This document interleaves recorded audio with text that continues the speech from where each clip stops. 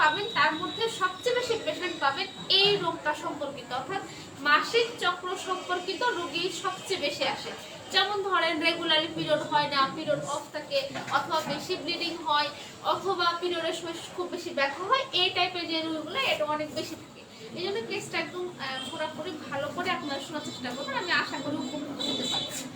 আচ্ছা, একটা অসুখ বোঝার আগে আমি এর আগের প্রশ্ন বলেছি যে বোঝার আগে আমাদেরকে এই জায়গাতে আসতে হবে যে একটা জিনিস আসলে কিভাবে তৈরি হয়, মানে প্রসেসটা কিরকম, তারপরে আমরা আসবো কি ধরনের সমস্যাগুলো হতে পারে এবং তার লক্ষণ কি, ট্রিটমেন্ট কি। ঠিক আছে, তাহলে আমরা শুরুতে আগে বুঝি যে মেনস্ট্রুয়েশনটা বা অথবা মাসিক চক্রটা আসলে কি জিনিস, সেটা আমরা একটু বুঝি।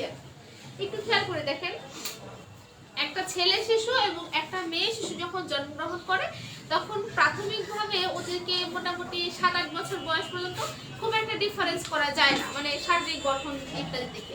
কিন্তু একটা বয়স, মানে বিশেষ করে 10 থেকে শুরু করে 18, এই বয়সের মধ্যে ছেলে ছেলে এবং মেয়ে মেয়ের পার্সোনালিটিটা প্রকাশ পেতে থাকে এবং দেখলে বোঝা যায় যে দুইজন ব্যক্তি দুইটা ব্যক্তিত্বের অধিকারী। আচ্ছা, এটা হয় আসলে একটা হরমোনাল চেঞ্জিং এর কারণে। অর্থাৎ একটা বাচ্চা যখন জন্ম থেকে শুরু করে 10 বা 11 বছর পর্যন্ত তার বডিতে যে হরমোনগুলো থাকে সেটা তার নিজস্ব ব্যক্তিত্ব প্রকাশ করে না, কিন্তু যখন বয়ঃসন্ধিকাল শুরু হয় তখন মহিলাদের বডিতে দুইটা হরমোন থাকে, একটা হচ্ছে প্রোজেস্টেরন, এটা কিন্তু লিখতে হবে না, শুধু বুঝলে হবে, প্রোজেস্টেরন আর হচ্ছে ইস্ট্রোজেন। প্রোজেস্টেরন আর ইস্ট্রোজেন, এই দুইটা হরমোনের প্রভাবে ওই মেয়েটার জীবনে একটা নতুনত্বের সৃষ্টি হয়। সেই নতুনত্বটা হলো প্রথম তার যে জন্ম, আপনার যখন তার বয়ঃসন্ধিকাল শুরু হবে তার প্রথম বহিঃপ্রকাশটাই হচ্ছে তার মাসিক চক্র অথবা পিরিয়ড শুরু হবে। ঠিক আছে, এখন দেখি এটা আসলে কিভাবে হয়। মেয়েদের বডিতে জেনিটাল অর্গান, অর্থাৎ যেগুলা যৌনাঙ্গ আমরা বুঝি, অর্থাৎ যেগুলোর মাধ্যমে একটা মহিলা বা একটা পুরুষ বংশ বিস্তার করতে পারে, আমরা ওইগুলোকে যৌনাঙ্গ বলে থাকি। তো যৌনাঙ্গর মধ্যে খুবই ইম্পর্টেন্ট একটা আপনার অঙ্গ হচ্ছে ইউটেরাস বা জরায়ু। ঠিক আছে, জরায়ু বা ইউটেরাস, এটার নাম আপনারা শুনে থাকবেন। এটা দেখতে কিছুটা এরকম।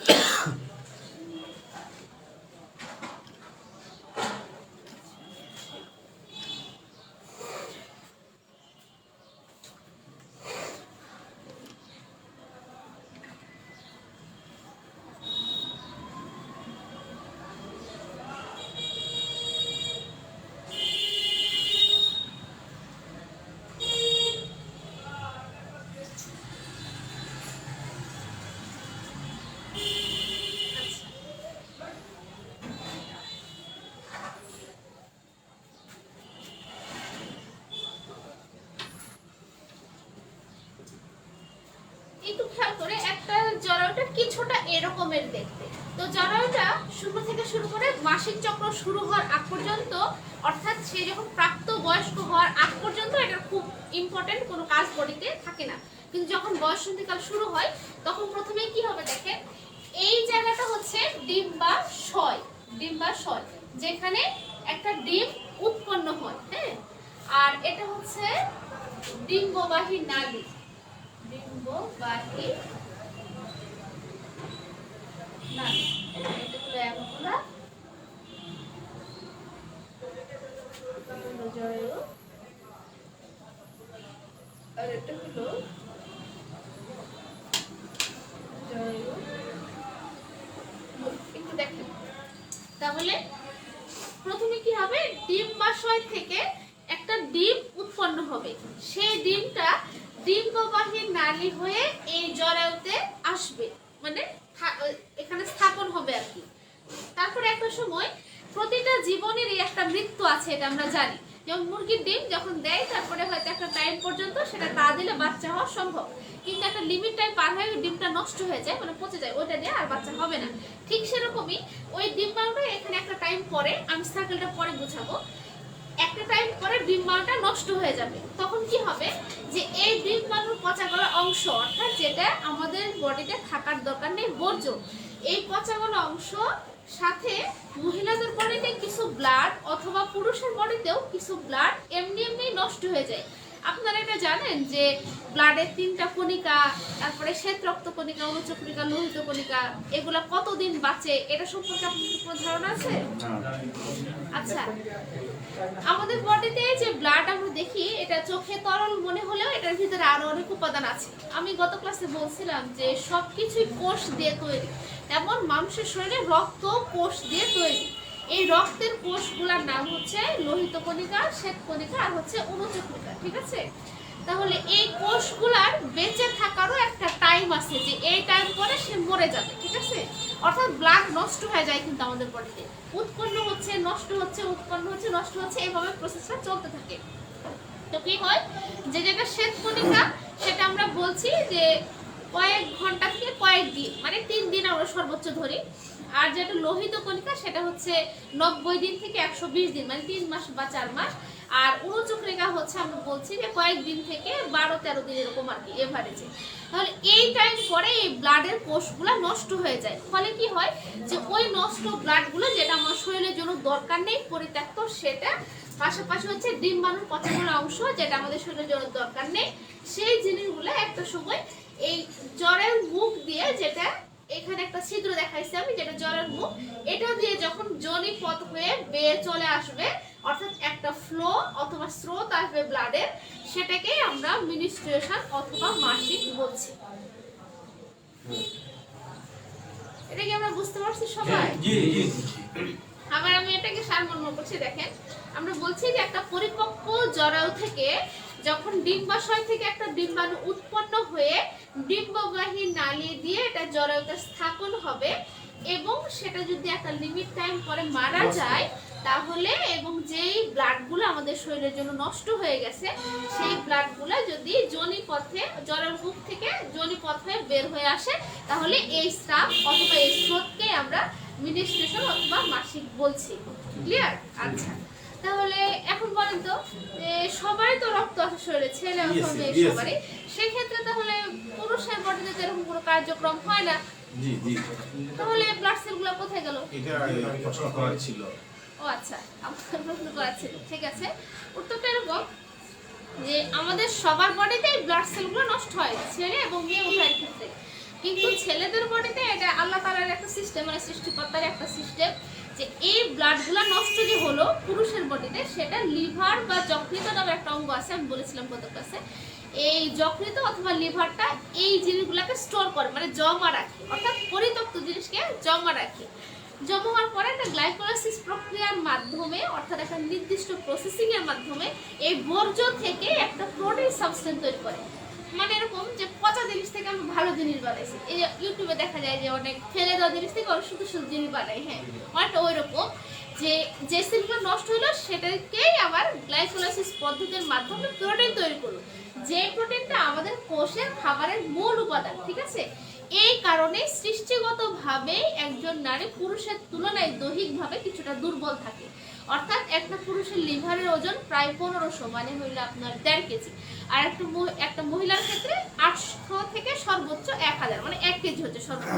তারপরে কিছুটা ওজনের ডিফারেন্স আছে, এবং সেটা এই কারণে, এবং কায়িক শক্তির যে হারটা মহিলাদের একটু কম, পুরুষের একটু বেশি, সেটা হচ্ছে এই কারণে, ঠিক আছে। কায়িক শক্তিটাও এমনই, বেঁচে থাকার হারটা, এটা বেঁচে থাকার উপর যদি গড় আয়ু চিন্তা করে, সেটা বিভিন্ন দেশের প্রেক্ষাপটে বিভিন্ন, যেমন আমাদের দেশে তো এখন অনুপাত করলে প্রায় সমান সমান, কিছু কম বেশি, এই আর কি। এটা আয়ুর ক্ষেত্রে এরকম না, কারণ মানুষ তো শুধু লিভারের উপর ডিপেন্ড করে বাঁচে না।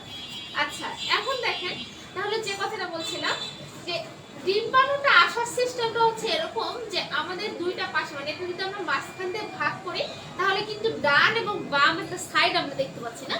তাহলে কি হবে, যে জানুয়ারিতে যদি মনে করেন ডান সাইড থেকে ডিম্বাণুটা যায়, তাহলে ফেব্রুয়ারিতে আবার বাম সাইড থেকে আসবে। অর্থাৎ 6 মাস ডিম্বাণু তৈরি করার দায়িত্ব পালন করবে ডানটা, আর 6 মাস ডিম্বাণু তৈরি করার দায়িত্ব পালন করবে বামটা, ঠিক আছে। এটা সাইড উল্লেখ করারও একটা বিশেষ কারণ আছে, এটা আমি পরে আসছি। আচ্ছা, তাহলে এখন আপনারা ওই সংজ্ঞাটা লিখে ফেলেন যে একটা পরিপক্ক জরায়ু থেকে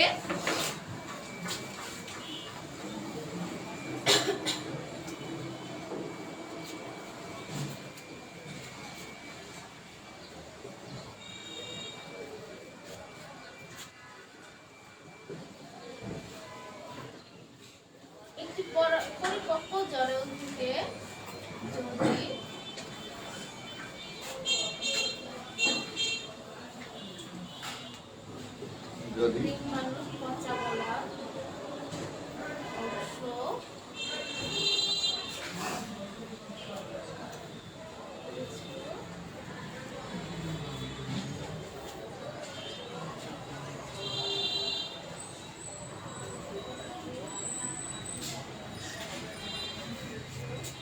পচা পচা গলা অংশ গলা অংশ হ্যাঁ হ্যাঁ পচা গলা অংশ কিছু জরায়ুমৃত কোষ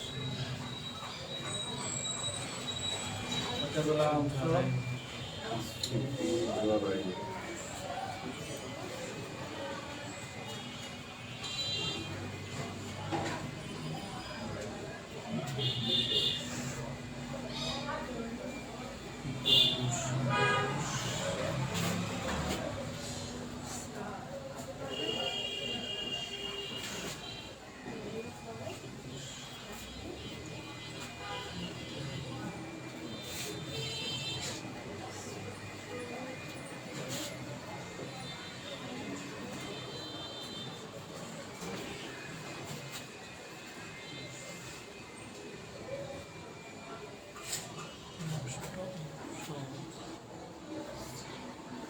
একটি পরিপক্ক জরায়ু থেকে যদি ডিম্বাণুর পচা গলা অংশ, কিছু জরায়ুমৃত কোষ আর রক্তের কিছু নষ্ট অংশ যোনিপথে স্রাব আকারে বের হয় তাহলে তাকে মিনিস্ট্রেশন বলে।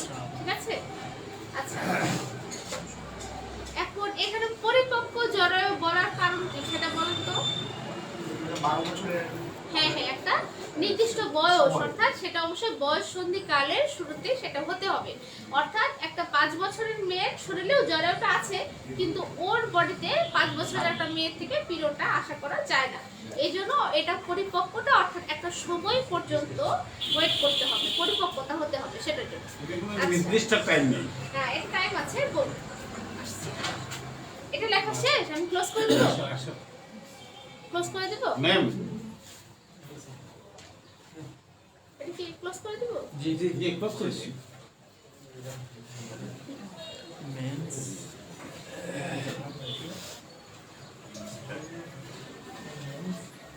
আচ্ছা, এখন দেখেন মিনিস্ট্রেশনের সাথে সম্পর্কিত কিছু কিওয়ার্ড আমাদেরকে জানতে হবে। বিভিন্ন প্রেসক্রিপশনে এই ওয়ার্ডগুলো দেখা যায়, অথবা আমাদের টপিকটা পড়ার জন্য লাগবে। এই জন্য কিছু শব্দের মিনিং আমরা এখন একটু জানতে হবে, একটু দেখি। আপনারাও লিখে ফেলেন। মাসিক শুরুর বয়স, এটা হচ্ছে 10 থেকে 18।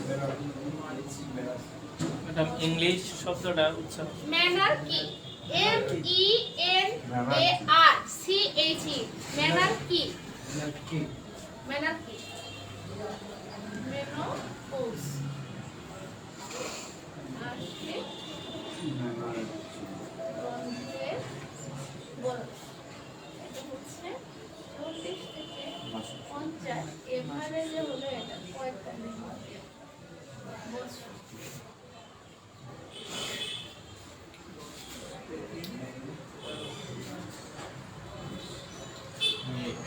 ইয়ে দ্বারা কি বুঝেছে?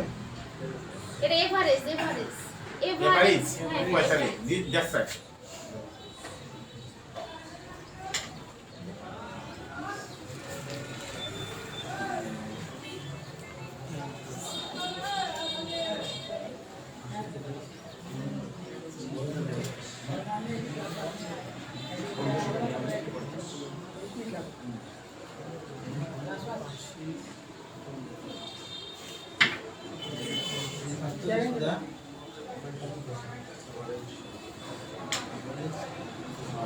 ম্যাডাম মাসিক তার 2 নম্বরটা 40 থেকে 50 মাসিক বনে 40 থেকে 50। এটা হচ্ছে মাসিক বন্ধের বয়সটা হলো 40 থেকে 50, এভারেজে হলো 45, আর মিনিস্ট্রিয়াল সাইকেল হলো 28 থেকে 35 দিন, আর ডিউরেশনটা হচ্ছে 3 থেকে 10 দিন, এভারেজে হলো 7 দিন। বয়স 40 থেকে 50 বন্ধুরা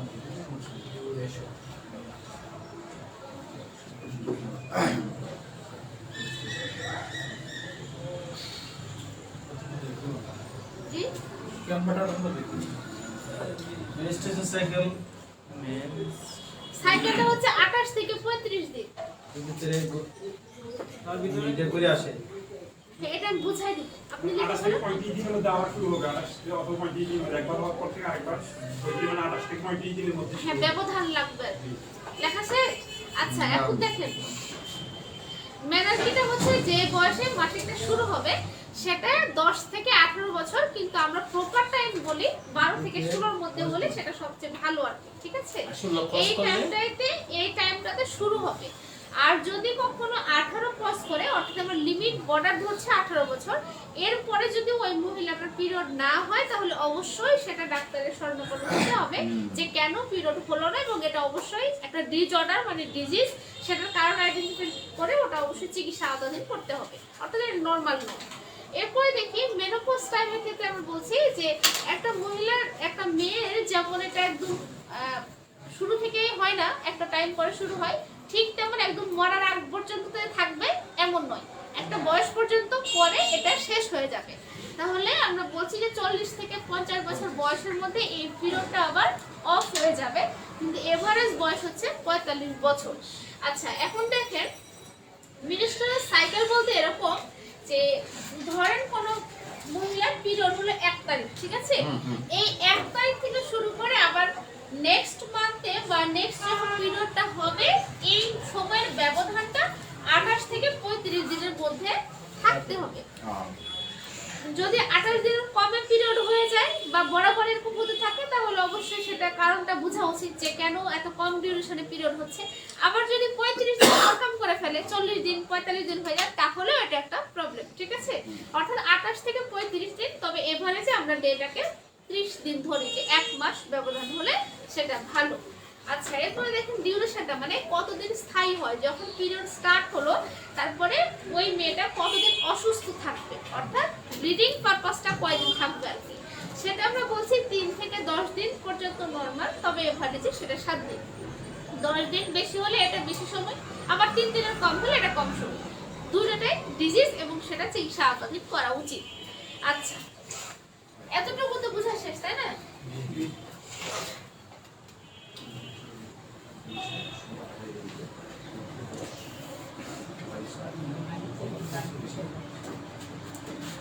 আচ্ছা আমরা এখন মিনিস্ট্রাল ধাপ সম্পর্কে একটু জানতে হবে।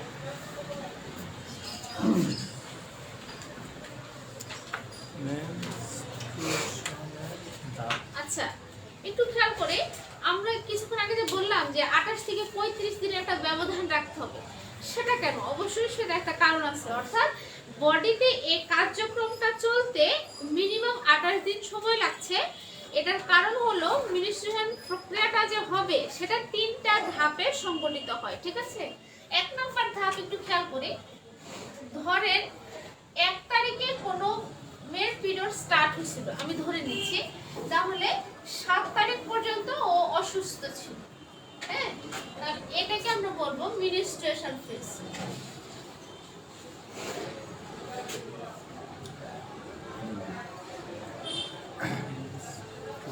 আচ্ছা এরপরে দেখি 2 নাম্বারটা হচ্ছে 8 থেকে শুরু করে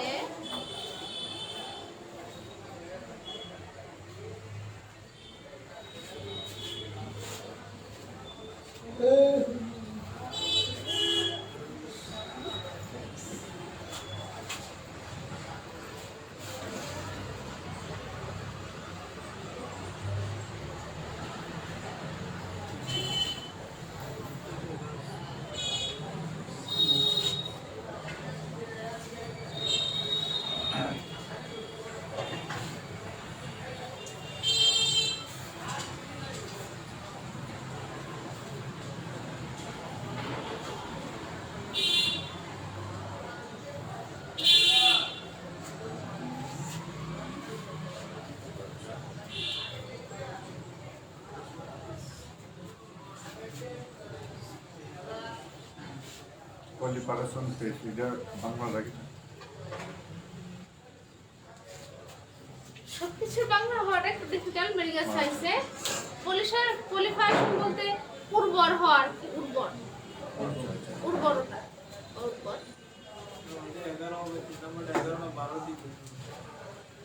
11 থেকে 20 বলি প্যারাটাইপ লেখা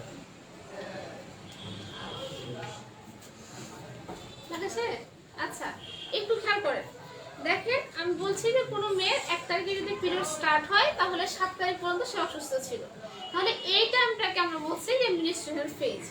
এখন আমাদের তথ্য মতে যে জরায়ুতে যেহেতু ডিম্বাণু পচা গলা অংশ ছিল, তারপরে কিছু নষ্ট ব্লাড ছিল, সেটা কিন্তু পিরিয়ড হওয়াতে একদম নিট অ্যান্ড ক্লিন হয়ে গেছে, মানে জরায়ুটা এখন পুরোপুরি পরিষ্কার, ঠিক আছে। তাহলে মেনস্ট্রুয়াল ফেজে জরায়ুটা একদম ক্লিন হলো। হ্যাঁ, দ্বিতীয় স্টেজে যখন 8 থেকে 11তম দিন, মানে 8, 9, 10 আর হচ্ছে 11, এই টাইমটাতে কি হবে, ওই যে বললাম যে ডিম্বাণু প্রতি মাসে একবার উৎপন্ন হয়, তারপর একটা সময় পরে নষ্ট হয়ে যায়। তাহলে জরায়ুটা যেহেতু এখন একদম পুরোপুরি ক্লিন, তাহলে ডিম্বাণুটা তৈরি হওয়ার জন্য একটা পরিবেশের প্রয়োজন, ঠিক আছে। মানে আমি ডিম্বাণুটা থাকতে দিব, সেটার জন্য একটা পরিবেশ রেডি করতে হবে। এই পরিবেশটা রেডি করার জন্য যেই ফেজটা দরকার বা যেই ধাপটা দরকার, সেটাকে আমরা বলি পলিফারেশন ধাপ। মানে এটাকে জায়গাটাকে সুন্দর করে সুচারু করে আর যাতে ডিম্বাণুটা থাকতে পারে, ওকে।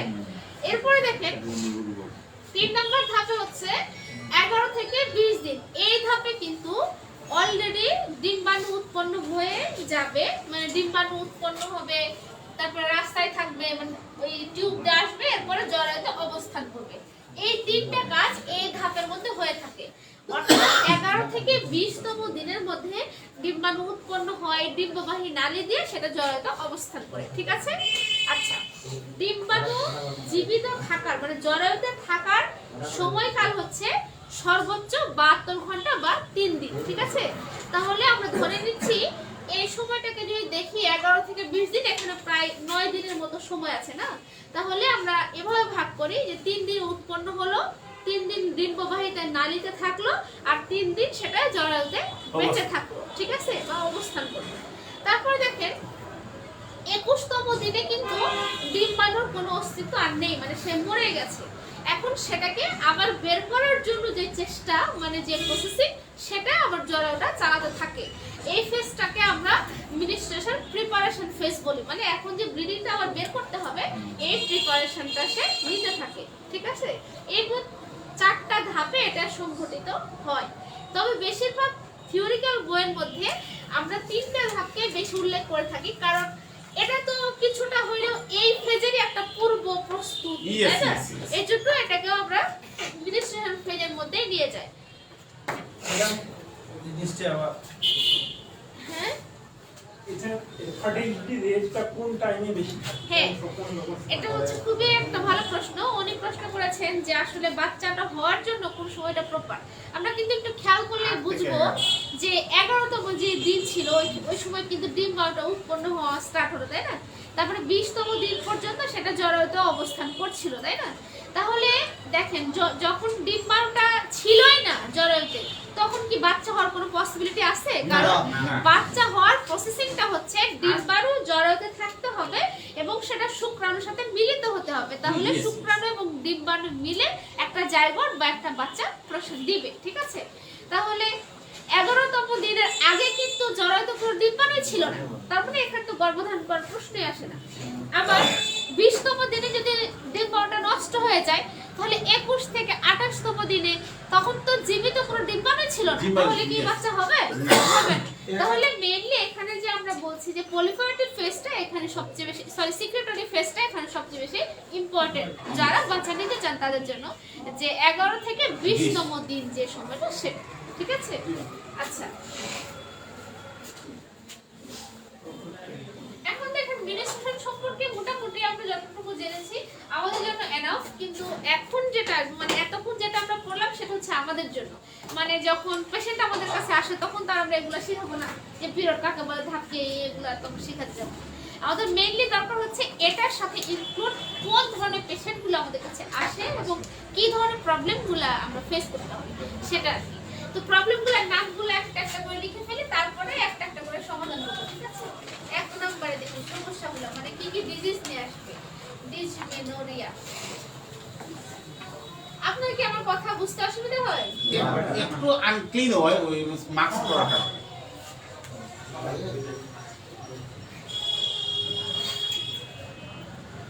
আর সর্দিও আছে মনে হয়। আমার একটু সাইনোসাইটিসের সমস্যা আছে তো। জিও জিও। এটা কানাডা বলেন ডিআইএস কথাগুলো স্লো হলে আমাদের জন্য সহজ হয়। স্কুলে হতে গেলে অনেক সময় আমরা কথাগুলো লিখতে পারি। আচ্ছা মানে আমার কথাটা একটু স্পিড বেশি।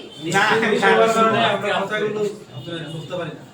মানে ম্যাডাম দ্রুত কথাগুলো দ্রুতভাবে আসতে হলে আমাদের বোঝা সহজ হয়। মানে সাউন্ড ঠিক আছে না, না, কিন্তু sound কথা ঠিক আছে। স্পিড আমার একটা আলোচনা লিখতে গেলে স্পিড হওয়ার বিষয়ে আমরা আলোচনা করতে পারছি। দ্রুত বলে ফেলেন আর কি বুঝছেন? হ্যাঁ আমার তো সহজভাবে স্থগতিতে আমাদেরকে বুঝাইছে স্থগতিতে হ্যাঁ আমরা স্যার তো নার্সারি বাচ্চার মতো একটা একটা কথা বারবার রিপিট করতে থাকেন মানে বারবার খুব বলেন ভালো, খুব ভালো। তো আপনার একটু বুঝতে সুবিধা হয় আর কি আমার স্যার তখন- খুব মানে আস্তে ধীরে খুব ভালো করে বোঝায়, আবার জিজ্ঞেস করে আমরা আবার এর পূর্বে যে টিচার ছিল আমরা ওনাকে এলাও করছি না। একজন টিচার আমার কথা বুঝতে কি এখন তাহলে না, না, problem হয়? ম্যাডাম ঠিক আছে কিন্তু মানে স্পিডটা বেশি আর কি, স্পিডটা একটু স্লো করলে আর কি এই জায়গা এর মধ্যে আছে যদি আমি আপনাদের সাথে অনেকদিন কন্টিনিউ করি তখন আস্তে আস্তে আপনারা অভ্যস্ত হয়ে যাবেন আবার আমি অভ্যস্ত হয়ে যাব হয়তো আমি তো অবশ্যই এই জন্য হয়তো আর এটা শুধু এখন না মানে আমি তো অনেক আগ থেকে এই পেশায় আছি কিন্তু সবারই এই একটাই প্রবলেম হয় সেটা হচ্ছে আমার স্পিড বেশি এটা কিন্তু আর একটু তারপরেও স্পিড থাকি। আমি তো এখন অনেক মোটামুটি পুলিশের স্লো তুলনায় ব্যবহার হালকা। করি কিন্তু একটা সময় এরকম হতো যে ভাই বোর্ডে যখন আমি স্যারদের প্রশ্নের আনসার দিতাম তখন স্যার বলতো কম্পিউটার আমাকে কথা বলো কেন একটু স্লো করো তোমার কথা তো শব্দগুলো বোঝা যাচ্ছে না কি বলছো ম্যাডাম এগুলার অর্থগুলো যদি সাথে বাংলা দিয়ে দিলে আমাদের সহজ হয়ে যাবে। আমি বুঝতে হ্যাঁ বাংলায় দরকার, আমরা তো আর ইংলিশ মনে থাকে আমাদের সময় মিনিংফুল গুলো দরকার আছে। আমরা তো ভাবি সেদিন যার জন্য আমরা অতটা হার্ড অ্যান্ড সোল কিছু জানার দরকার নেই। মেনুর হাজিয়া না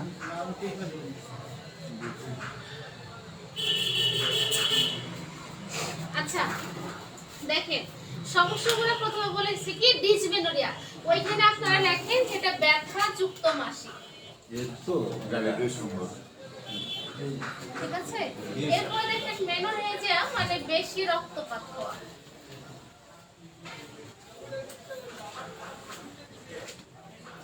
এরপরে দেখেন ইরেগুলার মেনস্ট্রুয়েশন মানে হচ্ছে অনিয়মিত মাসিক এরপরে দেখেন মেনোরেজিয়া মানে মাসিক বন্ধ থাকে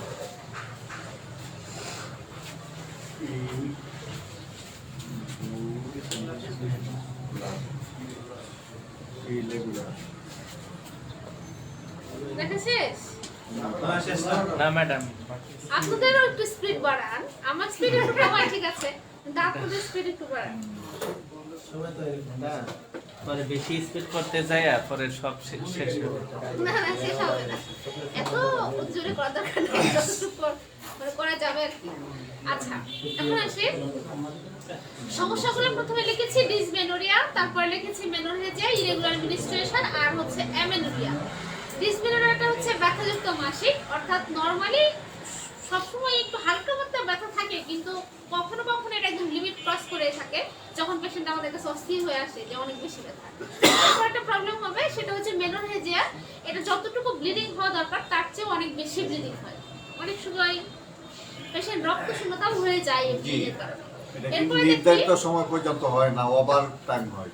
হ্যাঁ মানে এটা দুইটা হতে পারে যে 10 দিনের বেশি টাইমও হতে পারে অর্থাৎ লিমিট ক্রস করবে আবার হয়তো 7 দিন বা 5 দিনে থাকে কিন্তু অনেক বেশি ব্লিডিং হয় ব্লিডিংটাও বেশি সেটাও হতে পারে এরপরে দেখি ইরেগুলার মেনস্ট্রুয়েশন মানে হচ্ছে অনিয়মিত মাসিক স্রাব কোনো মাসে 20 দিন পরে হয়ে যায় কোনো মাসে 15 দিন পরে হয়ে যায় কোনো মাসে 40 দিন হয়ে যায় অর্থাৎ এটার যে নির্দিষ্ট দিন তারিখ এটা ঠিক থাকে না এটা হচ্ছে ইরেগুলার মেনস্ট্রুয়েশন এরপরে দেখি অ্যামেনোরিয়া মানে হলো মাসিক বন্ধ থাকা এরকম হয় কোন কোন পেশেন্টের যে 45 দিন বা 50 দিন তবে আমরা বলি পুঁথিগত বিদ্যায় যে 60 দিনের বেশি মানে হচ্ছে 2 মাসের বেশি যদি কোনো পেশেন্টের মাসিক বন্ধ থাকে তাহলে সেটাকে আমরা অ্যামেনোরিয়া বা মাসিক বন্ধ থাকা বলি 2 মাসের বেশি সময় ঠিক আছে 60 দিনের বেশি যদি কোনো মানুষের মাসিক চক্র বন্ধ থাকে তাহলে সেটাকে অ্যামেনোরিয়া বলি এখন আমরা আছি যে কেসগুলো আমরা কিভাবে সলভ করব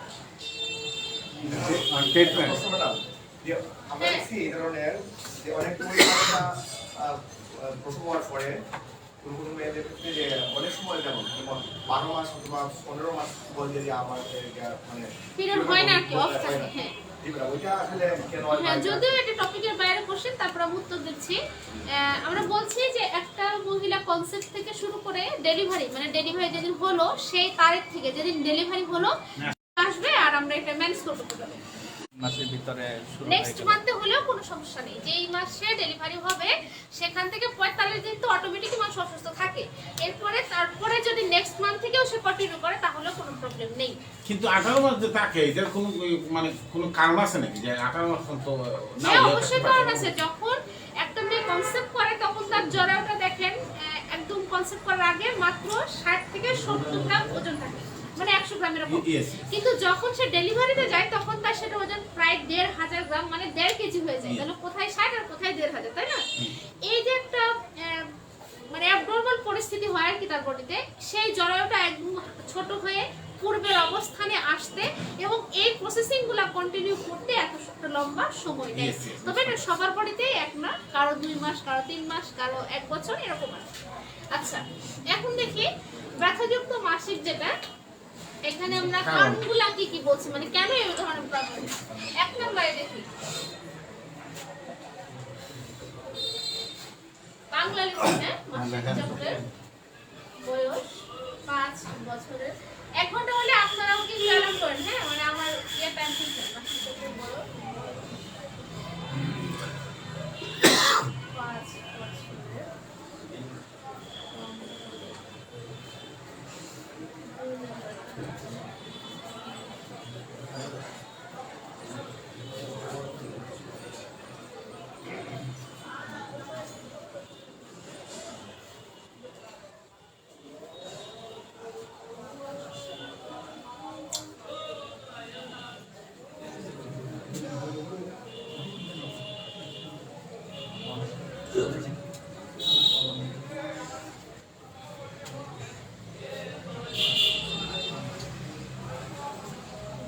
পাঁচ বছরের নাকি? হ্যাঁ, মাসিক চক্রের বয়স 5 বছরের কম হলে, মানসিক চিন্তা, যোনিপথ ছোট হলে অথবা চিকন হলে, জরায়ুতে টিউমার, ক্যান্সার,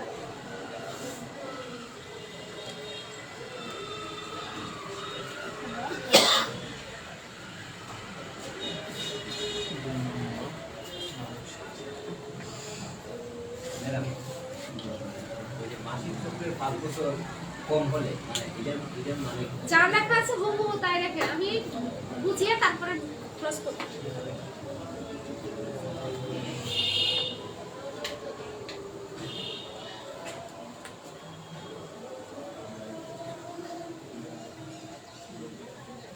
আমরা কয়টায় শুরু করেছিলাম?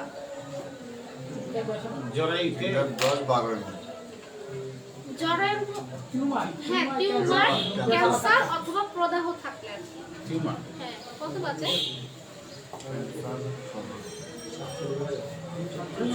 আর 20 মিনিটের মতো। ঠিক আছে।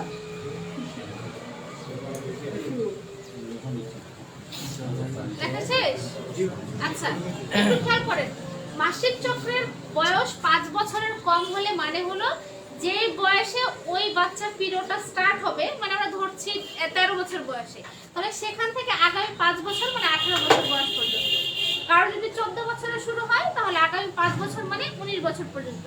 অর্থাৎ যে বয়সে পিরিয়ড শুরু হবে ওই বছর থেকে আগামী 5 বছর পর্যন্ত এরকমটা হতে পারে, এটা একটা কারণ। বুঝতে পারছেন আপনারা? মানে যে বয়সে তার পিরিয়ডটা শুরু হলো ওই দিন থেকে বা ওই বছর থেকে আগামী 5 বছর তার এই সমস্যাটা হতে পারে। স্বাভাবিক, হ্যাঁ হ্যাঁ, এটা থাকতে পারে। 5 বছর যখন শেষ হয়ে যাবে, ধরেন 19 বা 20 বছর বয়স হলো, তখন আস্তে আস্তে এটা কমে যাবে। স্বাভাবিক। এখন ম্যাডাম তার বয়স মানে যখন থেকে স্টার্ট হবে তার থেকে 5 বছর, হ্যাঁ, তার থেকে 5 বছর সামনে। যখন যে বয়সে শুরু হবে ওই সময় থেকে 5 বছর সামনে। ঠিক আছে? বুঝছি। আর যদি 5 বছর মধ্যে বিয়ে হয়ে যায় তাহলে এটা আবার মুক্তি। আচ্ছা, সেটা একটা অন্য বিষয়। আমরা কি বলছি? এরপরে যদি ব্যথা থাকে আচ্ছা, এগুলো তো আমাদের মানে Yes. সাইড আলোচনা, হ্যাঁ, এটা আমরা পরে বুঝবো, আমাদের মূল টপিকে আসি। এরপরে দেখি যে মানসিক চিন্তা একটা বিষয়, অর্থাৎ অনেক সময় পেশেন্টের আগে কখনো এই ধরনের প্রবলেম ছিল না, কিন্তু এখন সেই ধরনের প্রবলেম নিয়ে আসছে, তখন আমরা বোঝার চেষ্টা করি যে উনি কোনো মানসিক স্ট্রেসের মধ্যে আছে কিনা। আচ্ছা, এরপরে দেখি জনিপথ ছোট হলে অথবা চিকন হলে স্ট্রাকচারালি অনেকের বডিতে এরকম হয় যে জনিপথটা যে পথটা আমি দেখাইছিলাম সেটা কিছুটা সরু, ফলে এই ধরনের প্রবলেম হয় যে ব্লাডের ফ্লোটা ক্লিয়ার ভাবে আসতে পারে না, বাধা পায়, তখন ব্লিডিংটা একটু কষ্টের হয় আর কি। এরপরে দেখি জরায়ুতে টিউমার, ক্যান্সার অথবা প্রদাহ থাকলে, এটা একটু খেয়াল করি। বিশেষ করে যদি ম্যারিড পারসন হয়, মানে সে বিবাহিত অথবা বাচ্চার মা এবং তার আগে কখনো এই ধরনের প্রবলেম ছিল না, কিন্তু এখন এই ধরনের প্রবলেম নতুন করে শুরু হচ্ছে, তাহলে অবশ্যই একটা চিন্তার বিষয় যে এখানে টিউমার, ক্যান্সার অথবা ওনার জরায়ুতে কোনো ইনফ্লামেশন বা প্রদাহ আছে কিনা। কারণ নর্মালি আমরা ডিসমেলের আগে বিয়ের আগ পর্যন্ত অর্থাৎ ম্যারিটাল স্ট্যাটাস, বিশেষ করে একটা বাচ্চা প্রথম বাচ্চার আগ পর্যন্ত খুব বেশি সিরিয়াসলি চিন্তা করি না, যে যেহেতু আল্ট্রাসাউন্ড রিপোর্ট যদি আমরা করাই, যদি সব কিছু নর্মাল থাকে তাহলে আমরা ধরেই নিই যে এটা একটা বয়স পরে আস্তে আস্তে ঠিক হয়ে যাবে। কিন্তু যদি ম্যারিড হয় এবং তার অলরেডি বাচ্চা আছে, আগে প্রবলেম ছিল না কিন্তু এখন নতুন করে হচ্ছে, তাহলে এটা অবশ্যই চিন্তার বিষয়। বিয়ের আগে কি ওই জরায়ুর মধ্যে টিউমার প্লাস এমতেন হইতে পারে না? বিয়ের আগে হয় কিনা? হ্যাঁ, হতে পারে, তবে খুবই আনকমন। Yes, খুবই yes. rare। এটা আমার দরকার। ঠিক আছে। আচ্ছা, তাহলে এখন দেখি লক্ষণ। থাকেন একটা কথা বলে দেখেন, মেডিকেল সায়েন্সে কোনো গোপন অথবা পার্সোনাল কোনো নাই, বিষয় নেই, নাই। ঠিক আছে? অর্থাৎ যে টপিক কি হোক না, এটা একদম ফরওয়ার্ড, খোলামেলা, এবং আমরা এটাকে একটা টপিক এই হিসাবেই চিন্তা করব। Yes, ঠিক yes, আছে? yes. আর মানে বিশেষ করে আমরা যখন একটু অন্য টাইপের টপিকগুলো পড়ি, যেমন ছেলেদের কিছু পার্সোনাল টপিক আছে, মেয়েদের কিছু পার্সোনাল টপিক, তখন আমাদের কাছে যদি আমরা মেন্টালি এভাবে চিন্তা করি তাহলে আমাদের ভালো লাগবে না। ডাক্তার কারণ দেখান। আপনারা সবাই ছেলে, আবার আমি একটা মেয়ে মানুষ, এটা কিরকম লাগছে না? আবার আপনারা যদি হাসাহাসি করেন বা সাইডটা করেন তাহলে আমার একটু অ্যাবনর্মাল লাগবে, ভালো লাগবে না। তা আপনি আপনারা তো এক্সপার্ট, আপনি তো আগেই বাইয়ে আপনার স্টুডেন্ট আর আমি টিচার, এটাই হচ্ছে মেইন সম্পর্ক। আপনি তো adult আমরা subject। অবশ্যই এটা ফরওয়ার্ডলি চিন্তা করি, Yes, এটা yes. টপিক এবং এই টপিকটা আমরা ফরওয়ার্ডলি স্যার আমরা তো শিক্ষার জন্য আসছি, যেভাবে শিক্ষা হ্যাঁ, হ্যাঁ। ম্যাডাম, জি। আমি একটু চলে যেতে পারবো, হ্যাঁ, হ্যাঁ, যান। জানা যাচ্ছে বসে।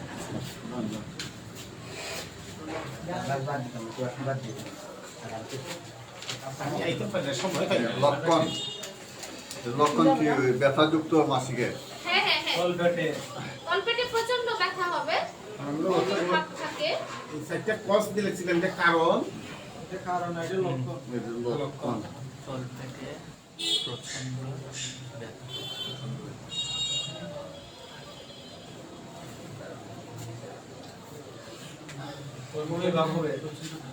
হ্যাঁ।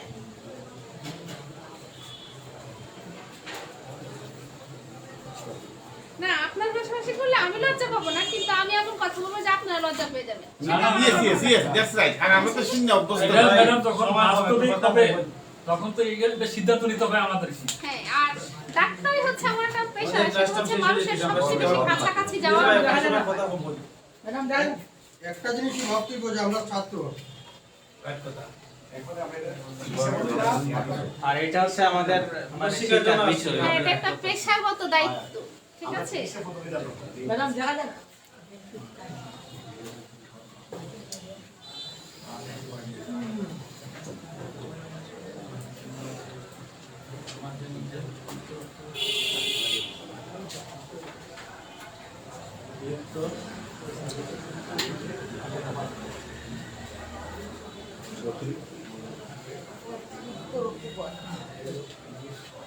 দেখা শেষ? আচ্ছা, দেখি স্বাভাবিকভাবে এই রোগের লক্ষণগুলো অত বেশি ইম্পর্টেন্ট না, কারণ পেশেন্টই আপনাকে এসে বলবে বা পেশেন্টের অ্যাটেন্ডেন্ট যেমন মা বা বোন এই টাইপের কেউ এসে বলবে যে এখন পিরিয়ড রানিং এবং সেজন্য প্রচন্ড ব্যথা। তো এই ব্যথাটা স্বাভাবিকভাবে পেটে এবং কোমরটাতে একটু বেশি ধরে, আর এটার সাথে প্রচন্ড বমি ভাব থাকে, অনেকের বমি হয়েও যায়, ঠিক আছে? এই লক্ষণগুলো নিয়ে আসবে। এখন দেখবেন আমি কারণগুলো বলার এটাই উদ্দেশ্য যে যদি পেশেন্টের মাসিক চক্রের থেকে 5 বছরের মধ্যে এই ঘটনাটা হয় এবং তার হিস্ট্রি থাকবে যে প্রতি মাসেই প্রায় এই ধরনের প্রবলেম হচ্ছে রানিং, এরকমই কোনো মাসে একটু কম একটু বেশি এরকম হয়, আর মোটামুটি দেখা যাবে যে সে ওষুধ খেলে একটু ভালো থাকে, হয়তো রুগী আপনাকে বলবে যে প্যারাসিটামল বা এই ধরনের কোনো একটু ওষুধপত্র খেলে একটু ভালো লাগে, কিন্তু আবার একই রকম হয়ে যায়। তাহলে আমাদের প্রথম কাউন্সিলিং থাকবে এটা ওনাদের ক্ষেত্রে, যে দেখেন এটা কোনো রোগ না যেটা একদম সেরে যাবে, ঠিক আছে? এটা আপনার বডির একটা ন্যাচারাল প্রসেস, কিন্তু একটু বাধাগ্রস্ত হচ্ছে, সেই জন্য ব্যথাটা হবে। হ্যাঁ, আমি ওষুধ দিয়ে দিচ্ছি, খেলে আপনি রিল্যাক্স থাকবেন, এটাই।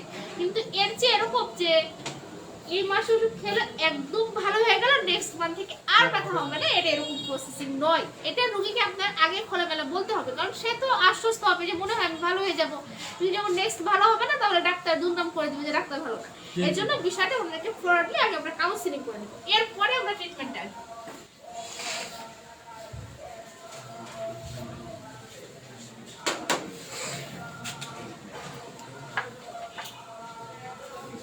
চিকিৎসা দেখি আমি যেভাবে লিখছি আপনারা ঠিক সেভাবেই লিখবেন, আমি পরে বিষয়টা ক্লিয়ার করছি।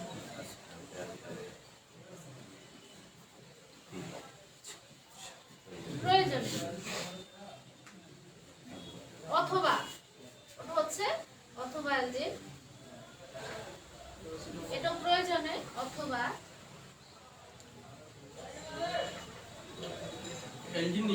জি অ্যালজিন।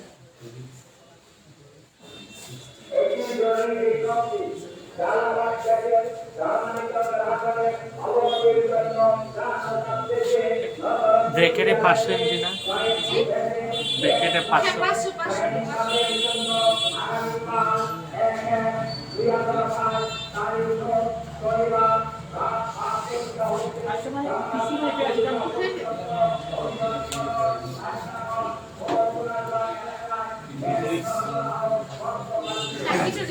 60 HPR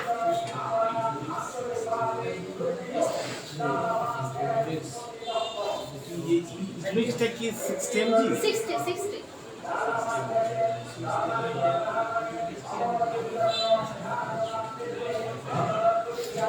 সবই অল্প লাস্টের থেকে এইচপি HPR, হ্যাঁ তিনটাই বড় হাতে, তারপরে সকালে একটা রাতে একটা প্রয়োজন।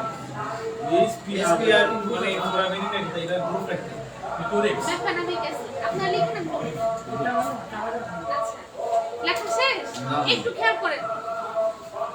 দেখেন ব্যথাটা যেহেতু একদিনে সেরে যাওয়ার বিষয় নয়, সেহেতু আমরা মনে হয় এটা জানি যে একটা ওষুধ যখন দীর্ঘমেয়াদী একটা মানুষ খেতে থাকে, একটা সময় পরে কিন্তু সেটা তার বডিতে আর কাজ করে না, হ্যাঁ কাজ করার ক্ষমতাটা কমে যায়। সেক্ষেত্রে আমরা বলছি যে পিরিয়ডের প্রবলেমটা যেহেতু মোটামুটি বছর খানেক বা বছর 2-3 থাকবেই, সেক্ষেত্রে আমরা যদি একদম শুরুতে হাই পাওয়ার ওষুধ ব্যবহার করে ফেলি, তাহলে হয়তো একটা সময় আর ওষুধটা কাজ করবে, তখন আমি আর এর চেয়ে বেশি ওষুধ আর খুঁজেও পাবো না। সেজন্য সবচাইতে ভালো হলো যে আপনি মিডল ক্লাস থেকে ওষুধটা শুরু করেন। যেমন এরকম হতে পারে, তোমার একটা কথা থাকে বলে রাখি, প্রেসক্রিপশন লেখার সময় কিন্তু আবার এরকম লেখা যাবে না। মানে আমি শুধু আপনাদেরকে বোঝানোর জন্য এই ভিডিওটা দিয়েছি, আর প্রেসক্রিপশন কিভাবে করবো সেটা আমি পরে দিব। অর্থাৎ বিশেষ করে এটা রিলেটিভ অথবা ফ্যামিলি মেম্বার্সদের জন্য এই কথাটা আমি বলি আর কি। আর রুগী এত কথা বোঝাতে গেলে ওনারা আপনাকে ভ্যালু করবে না, ওরা মনে করে আসছি ব্যথা ভালো হয়ে যাবে, এটাই ভালো, এর চেয়ে বেশি কিছু দরকার নেই, ঠিক আছে? তো দেখেন শুরুতে যদি ব্যথাটা খুব কম হয় অথবা মিডল লেভেলের হয়, তাহলে আমরা প্যারাসিটামল দিয়ে শুরু করি, হ্যাঁ। তারপরে দেখা যাচ্ছে 2-3 মাস 6 মাস এটা খাওয়ার পর এটা কাজ করছে না, তখন কি হয়? অথবা এরকম যদি হয় যে ব্যথাটা প্যারাসিটামলের 7 বার মতো নয়, এর চেয়ে একটু বেশি, হ্যাঁ, তাহলে আমরা অ্যালজিনে চলে আসি। অ্যালজিনটা ডাইরেক্টলি ব্যথার ওষুধ না, অ্যান্টিস্পাজমোটিক। অর্থাৎ হচ্ছে এটা আমরা বলি যে যখন জ্বরটা এবং সংকোচন এবং প্রসারণ করে তখন ব্যথাটা বেশি বৃদ্ধি পায়, ঠিক আছে? তাহলে আমাকে এমন একটা ওষুধ ব্যবহার করতে হবে যাতে সংকোচন প্রসারণটা না করে, মানে বন্ধ করে আর কি। তাহলে স্পাজম মানে হলো সংকোচন প্রসারণ করা, তাহলে অ্যান্টিস্পাজমোটিক লাগবে, তাই আমি অ্যালজিন দিছি, ঠিক আছে? আচ্ছা, কিন্তু এর চেয়েও যদি ব্যথা বেশি হয়, মানে অনেক বেশি, তাহলে কিন্তু অ্যালজিনও কাজ করবে না। সেক্ষেত্রে আপনাকে ডিরেক্টলি ব্যথার ওষুধে চলে যেতে হবে। তো সেই ক্ষেত্রে আপনারা চাইলে নেপ্রোক্সেন গ্রুপের অথবা ইটোরিকক্সিন গ্রুপের এগুলো চয়েস করতে পারেন। তো ইটোরিক্সের কাজ ভালোই, সেখানে ব্যথা এই জন্য এটা 60 আর 90 দুইটা হয়, বা 120 হয়। ব্যথার তীব্রতা অনুযায়ী আপনারা এমজি নির্ধারণ করবেন যে আপনারা 60 দিবেন না 90 দিবেন না 120 দিবেন, ঠিক আছে? আচ্ছা, তবে ব্যথার ওষুধ দিলে সাথে গ্যাস্ট্রিক ওষুধ দিতে হবে। এখন দেখেন ব্যথাটা যদি সর্বোচ্চ চূড়ান্ত পর্যায়ের হয়, যেটা একদম অনেক বেশি পর্যায়ের, যেটা পেশেন্ট নিতে পারছেন, এরকম যদি হয়, তাহলে মেফেনামিক অ্যাসিড এটা হচ্ছে সর্বোচ্চ ওষুধ। এটা বাজারে HPR এভাবেই পাওয়া যায়, এটার গ্রুপের নাম হচ্ছে মেফেনামিক অ্যাসিড, ঠিক আছে? এটা যে কোনো একটা আপনারা চয়েস করতে পারেন। এটা সকালে একটা রাতে একটা প্রয়োজনে বলার মানে হলো যদি 2 দিন ব্যথা থাকে তাহলে 2 দিন খাবে, 3 দিন থাকলে 3 দিন, বেশি খাওয়ার দরকার নেই, ঠিক আছে? এটা পেশেন্টের প্রয়োজন অনুপাতে। তবে বেশিরভাগ রোগীর ক্ষেত্রে প্রথম 2-3 দিনই ব্যথা থাকে, এরপর আর থাকে না, ঠিক আছে? ওষুধ ম্যাডাম এটা আমি জাস্ট বুঝালাম, এখন প্রেসক্রিপশনটা আমি কিভাবে করবো সেটা দেখাচ্ছি।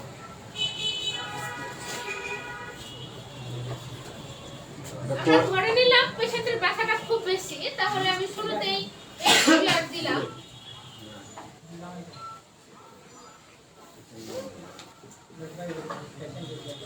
তোমরা দিয়ে শুরু করেন নর্মাল প্যারাসিটামলে।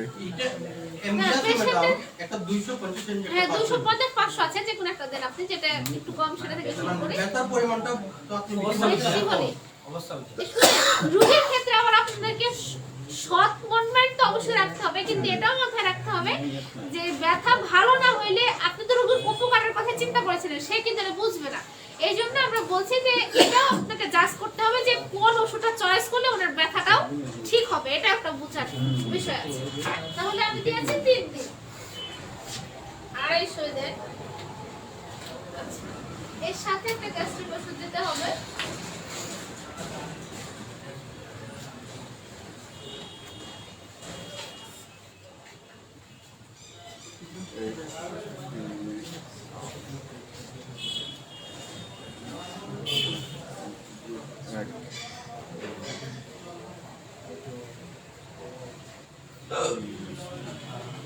মিস্টেক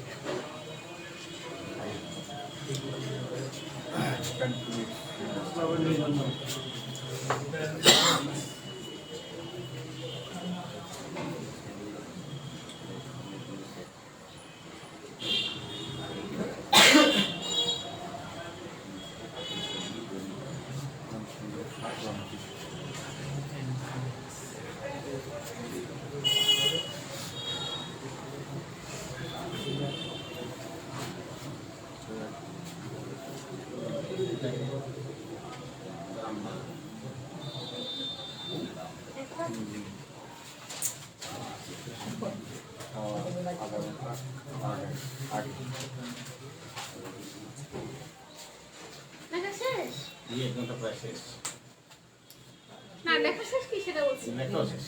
আচ্ছা আপনি আমাকে ইনফর্ম করছিলেন যে এখন পর্যন্ত লেখা দিতাম। আচ্ছা ইমিস্টার ঠিক আছে। ট্যাবলেট ইমিস্টার সাথেই দিতে হবে। জি আমি বুঝাই দিই। ট্রিটমেন্টের সাথেই না? প্রথমে আপনি এক্সপায়ার অথবা মানে এক্সপায়ার আমি চয়েস করলাম আর কি একটা মেনু দেখানোর জন্য। তারপরে 3 দিন লিখেছি কারণ আমি বললাম যে প্রথম 3 দিন ব্যথাটা বেশি থাকে, এরপরে আসলে আর থাকে না। আচ্ছা এরপরে যেহেতু এটা ব্যথা ওষুধ তাহলে আমাকে অবশ্যই একটা গ্যাস্ট্রিক ওষুধ দিতে হবে। তাহলে আমি একটা প্যান্টোলিস দিয়ে রেখেছি। এর সাথে যেহেতু বমি ভাব ছিল বা বমি ভাব হবে তাই আমি একটা বমির ওষুধ দিয়েছি অন্টাসেট্রন, আর সাথে একটা আয়রন ফলিক অ্যাসিড দিয়ে দিব, যেহেতু এটা একটা ব্লিডিং পারপাস। একটা আয়রন ট্যাবলেট দিলে ভালো, কারণ একটা প্রেসক্রিপশন শুধু 2-3 ওষুধ থাকলে এটা মানানসই মনে হয়। ইমিস্টার কদিন থাকে? ইমিস্টার কদিন? জি ফুল একটা হচ্ছে iron folic acid, iron capsule. ইমিস্টার ঠিক আছে কদিন? ইমিস্টারটা হচ্ছে অন্টাসেট্রন, এটা বমির ওষুধ। শুধু বমি হলে হ্যাঁ তাহলে সেই ক্ষেত্রে আমি একটা আয়রন ওষুধ দিয়ে দিছি। এখন এখানে একটু খেয়াল করে শুনুন, আপনি যে ওষুধ দিয়ে পাঠিয়ে দিলেন এটা তো আর এই মাসে আসছিল, এই মাসেটা ম্যানেজ হয়ে গেল, ঠিক আছে? নেক্সট মাসে যদি আমার হুবহু সেম ব্যথা হয় তাহলে কিন্তু আমার ফিল একটু খারাপ হয়ে যাবে। সেটা ম্যানেজ করার জন্য আমরা কি করব যে ওই মানে এই গ্রুপের ওষুধটা ব্যবহার না করে অন্য অল্টারনেটিভ যে কোনো একটা গ্রুপের ওষুধ ব্যবহার করে, যেমন আমি টোরিস ব্যবহার করেছি। আর লিখেছি কি যে মাসিক চক্রের প্রথম দিন থেকে 3 দিন মানে হচ্ছে এরপরে মানে নেক্সট মান্থে যখন পিরিয়ড স্টার্ট হবে সেদিন থেকে শুরু করে 3 দিন পর্যন্ত, মানে প্রথম দিন 3 দিন, হ্যাঁ খাবে 4 মাস, মানে হলো প্রতি মাসে যখন পিরিয়ড হবে তখন প্রথম 3 দিন সে ওষুধ খাবে। খাইলে পরে কি হয় 4 মাসে তার ব্যথা ক্লিন মানে ব্যথা থাকবে না। এখন 5 মাসের বেলায় যখন আবার ব্যথাটা হবে তখন কিন্তু সে ডাক্তারকে আর দোষারোপ করবে। এতদিনে ফিল ভালো হয়ে গেছে 4 মাসে। আর যেটা হচ্ছে যখন 5 মাসের বেলা এরকম হবে তখন সে বুঝতে পারবে যে ওষুধ খেলে আমি ভালো আর না খেলে আমি খারাপ, তখন ব্লেডটা আপনার উপরে আর আসবে। কথা বুঝছি? মানে ফিল ধরে রাখার জন্য শুধু প্রপার কাজটা করলেও হবে না, কিছু টেকনিক তার মধ্যে এটা একটা বুঝা শেষ ক্লোজ করে দিব জি আচ্ছা ম্যাডাম টাইম শেষ। আচ্ছা জি ঠিক আছে ম্যাডাম, আমরা আজকে লেটে আই। ঠিক আছে আমরা ডিসপ্লে আপনারা তো বুঝা পেরেছেন তো নাকি ওইটাই বুঝে চেক করে তো হইলো না হ্যাঁ বলেন যদি মিটিং যদি কারো কম হয় হ্যাঁ এবং কম হয় এটা হয় আবার কারো হয় না বসেন। কি করতে হয় দেখেন আমরা আজকে পর্যন্ত মানে ডিসপ্লে পর্যন্ত আমাদের বোঝা শেষ ওকে কিন্তু সমস্যার মধ্যে আমি 4টা সমস্যা লিখেছিলাম তাহলে এখনো 3টা ইনকমপ্লিট রয়ে গেছে পাশাপাশি ডায়াবেটিস ট্রিটমেন্টটা আমি নেক্সট ক্লাসে এসে দুইটা মিলে আর একটা ক্লাস করে দেব ঠিক আছে ওকে আগামী আর ক্লাসে কি আপনি এর আসছেন? মানে আমি যা পড়িয়েছি এর মধ্যে প্রশ্নটা মানে সীমাবদ্ধ রাখলে আমার জন্য সুবিধা কিন্তু যদি আপনি যেমন ইরেগুলার মিসিং প্রশ্ন ম্যাম করেছেন আমি এটা একটা বুঝতে প্রশ্ন হবে এই আমি নেক্সট ক্লাসে করে দেব জি ক্লাসের মধ্যে ওই